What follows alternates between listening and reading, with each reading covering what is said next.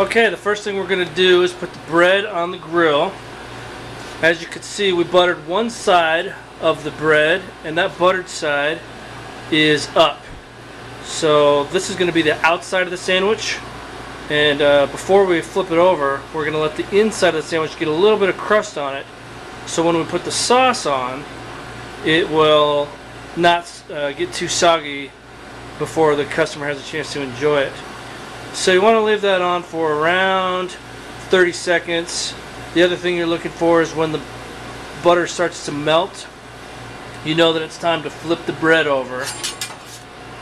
And once you flip the bread over, see you got a little bit of brown on there, beautiful. Once you flip the bread over, you put the meat down. So you unroll the meat, and then you put each individual slice down on the grill. The corned beef is already fully cooked, and so all we're doing is warming it up. So as we warm up the corned beef, about 30 seconds aside, give or take, you let it sizzle and pop. If you leave it on the grill too long, you're going to have it dried out and kind of rubbery. So all we're doing is we're warming it up. So that's good. Now we'll go ahead and start flipping over the corned beef slices.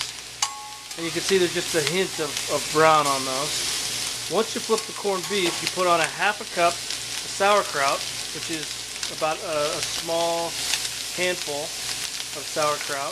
And again, we're just warming it up. So now as the sauerkraut's on the grill, he stacks up the corned beef to look the same shape as the bread.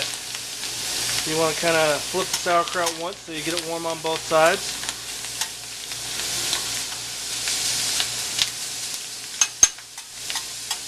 And then once that's all warm, he puts the kraut on top of the corned beef, lines it with 5 slices of Swiss cheese, and then as an old trick from the good old days of grilling, you take a water bottle and draw a little line of water around the Reuben.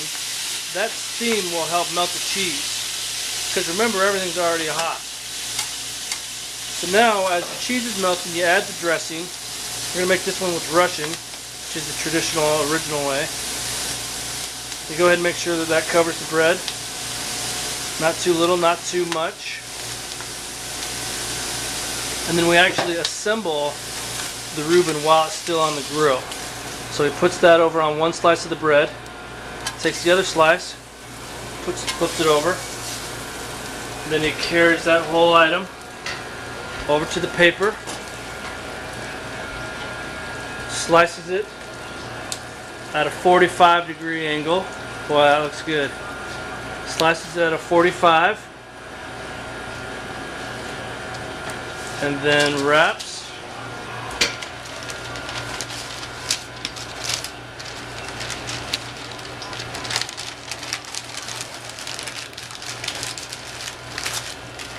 And that's how you make a Reuben. Enjoy.